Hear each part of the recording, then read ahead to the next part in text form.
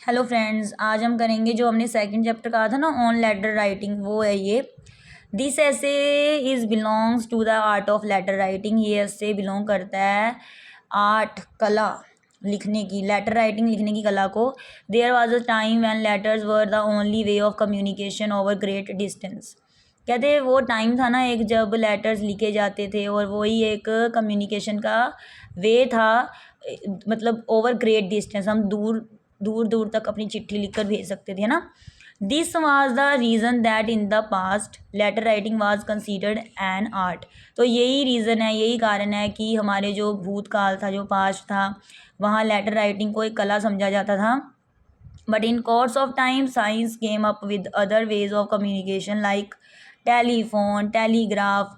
with the cause of these developments of communication letter writing has become a forgotten art। अब कहते हैं देखो, time बीतता जाता है, इन कोर्स ऑफ टाइम के साथ साइंस आया, साइंस लेकर आया है वेज ऑफ कम्युनिकेशन क्या क्या, जैसे टेलीफोन आ गया, टेलीग्राफ। तो ये with the cause of this development, इन विकास जो हुआ है, इन डेवलपमेंट्स के आना, कम्युनिकेशन का जो विकास हुआ है, इसके साथ भूल गए हैं फॉरगॉटन आर्ट के। इस आर्ट को, लेटर राइटिंग जो है वो एक फॉरगॉटन आर्ट बन चुकी है, भूल चुके हैं लोग उसे। Gardiner tells about a conversation between two soldiers which he hears in a railway station।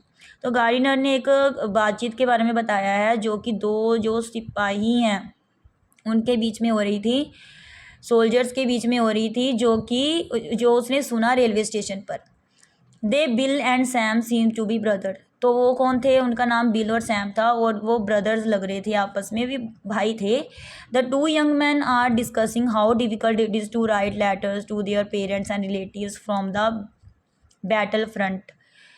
तो वो क्या कर रहे थे? डिस्कशन कर रहे थे भी कितना मुश्किल है लिखना लेटर अपने पेरेंट्स को, अपने माता पिता को और अपने संबंधियों को फ्रॉम द बैटल फ्रंट, जहाँ वो युद्ध वगैरह करती हैं वहाँ से। Bill says to Sam that letter writing is very difficult because no one can be left out. तो बिल कह रहा है सैम से कि लेटर राइटिंग लिखना बहुत मुश्किल है क्योंकि कोई भी नहीं कर सकता।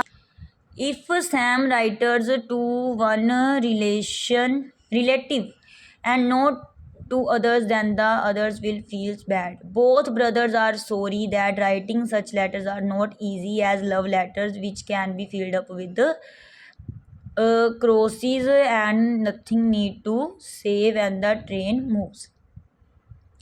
अब वो कहते हैं, जो दोनों ब्रदर हैं ना, बहुत सॉरी फील करते हैं कि राइटिंग लिखना बहुत इजी नहीं है, आर नॉट इजी, जैसे एक लव लेटर्स लिखते हैं जो कि भरे होते हैं क्रोसिस से, nothing need to say when the train moves. Gardiner comes to learn that this soldier has participated in a number of battles of the first world war. तो गार्डिनर को पता चलता है उनकी बातचीत से कि ये सोल्जर जो है ना, बहुत सारी लड़ाइयों में भाग ले चुके हैं, पहली जो उस भाग फर्स्ट वर्ल्ड वार में भी। Gardiner says that many letters are being written today and much letters have been well written। तो गार्डिनर ने कहा है कि बहुत सारे लेटर्स आज लिखे जा रहे हैं और बहुत अच्छे से लिखे जाते हैं, वो लिखे गए हैं। He comes to the conclusion that the two young men are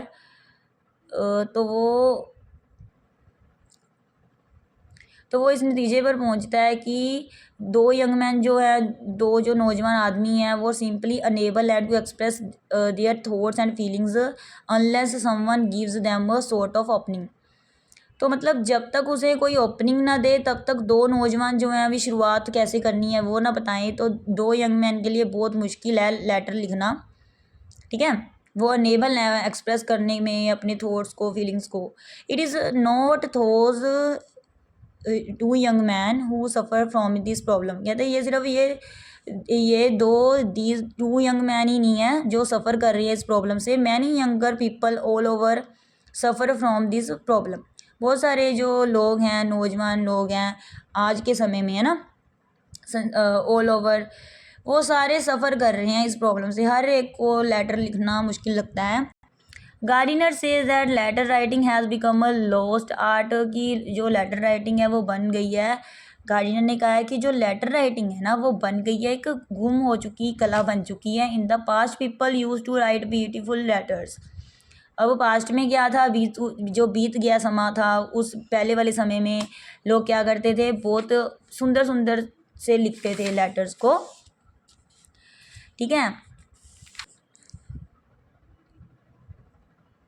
he tells the names of great letters like Cooper, Horace, Walpole, Byron and others. तो उसने बताया भी है नेम जो लिखते थे लेटर्स, जैसे कॉपर हो गया, हॉर्स, ये सभी नेम है। He feels that there are two main reasons why these people wrote beautiful letters. तो उसने बताया है कि दो मेन कारण है जिसके कारण ये लोग लिखते थे, अच्छे से ब्यूटीफुल लेटर्स लिखते थे। फर्स्टली क्या है, the world had more leisure in comparison to the modern world. तो पहले के समय में क्या था, लोग के पास समय था। ठीक है, आज के मुताबिक, आज के संसार के मुताबिक पहले लोगों के पास समय था, वो फ्री थे लिखने के लिए ना। Secondly, sending letters was very expensive. Letters could be written and sent only once in 6 months। तो क्या होता था, दूसरा ये है कि भेजना लेटर को बहुत ही ज़्यादा महंगा था, और लेटर जो थे वो लिखे जा सकते थे या भेजे जा सकते थे एक बार, 6 महीने में एक बार भेजे जा सकते थे। इन द पास्ट टाइम, जो बीत चुका समय है। Humorously Gardiner tells that some people who often looked at the address for certain sign that told them who had sent the letter and then simply refused to accept it।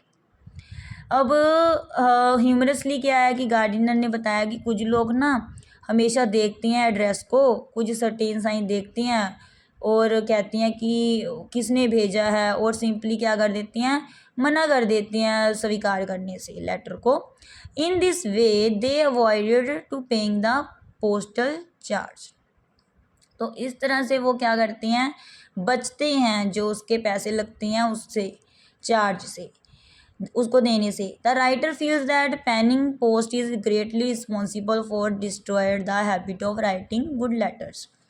अब writer ने feel किया है कि जो Penning post है ना वो ही responsible है डिस्ट्रॉय करने में, किस आदत को, राइटिंग अच्छे लेटर लिखने की आदत को छोड़ने को या तबाह करने में रिस्पॉन्सिबल है Penning post, penny post.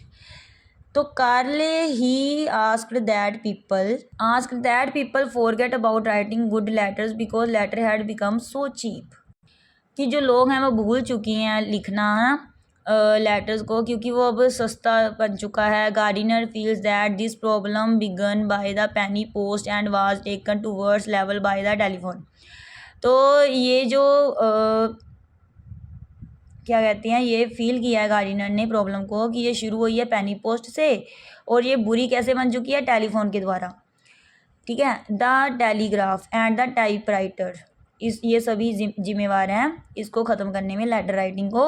A well known writer written letter is not an easy essay. Easy आएगा यहाँ पर कि एक अच्छा लेटर लिखना कोई आसान नहीं है।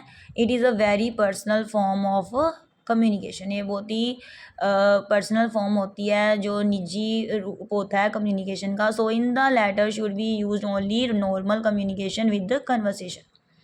तो लेटर में चाहिए, यूज़ करनी चाहिए नॉर्मल कम्युनिकेशन को। Small detail of day to day life, the homely picture of the activities of the one writing the letter, a conversational tone in the language, all these present a living picture of the writer and his everyday life. Gardiner feels that every letter writer should be aim। अब small जो details होती हैं day to day life की है ना, homely picture अपनी जो घर की जो एक्टिविटीज़ होती हैं, ठीक है, on one writing the letter, अब conversational tone in the language, ये सभी क्या करती हैं, ऑल दीज प्रेजेंट, ये सभी मतलब प्रेजेंट होनी चाहिए, हाजिर होनी चाहिए living picture of the writer and is everyday life, कि राइटर कैसे उसकी जो रहने का, उसकी जो एवरीडे लाइफ है वो सभी शो होनी चाहिए लेटर में। और गार्डिनर ने कहा है कि हर एक लेटर का क्या होना चाहिए, एक उद्देश्य होना चाहिए। Unfortunately the penny post, the Telegram The lack of leisure and lack of interest in letter writing has made this fine form of communication a lost art. अब कहते हैं बदकिस्मती से जो पेनी पोस्ट है, टेलीग्राम है, या फिर आज समय की जो मतलब जो लोग ना वेले नहीं है ना आजकल लोग, वो वाला लेज़र टाइम नहीं है, लैक ऑफ इंटरेस्ट भी नहीं है लोगों का लेटर राइटिंग में। ये सभी चीज़ों ने क्या कर दिया है, जो फाइन कम्युनिकेशन थी उसे लो स्टार्ट बना दिया है लेटर राइटिंग को। तो इसका अगला सेकंड क्वेश्चन हम अगली वीडियो में करेंगे। थैंक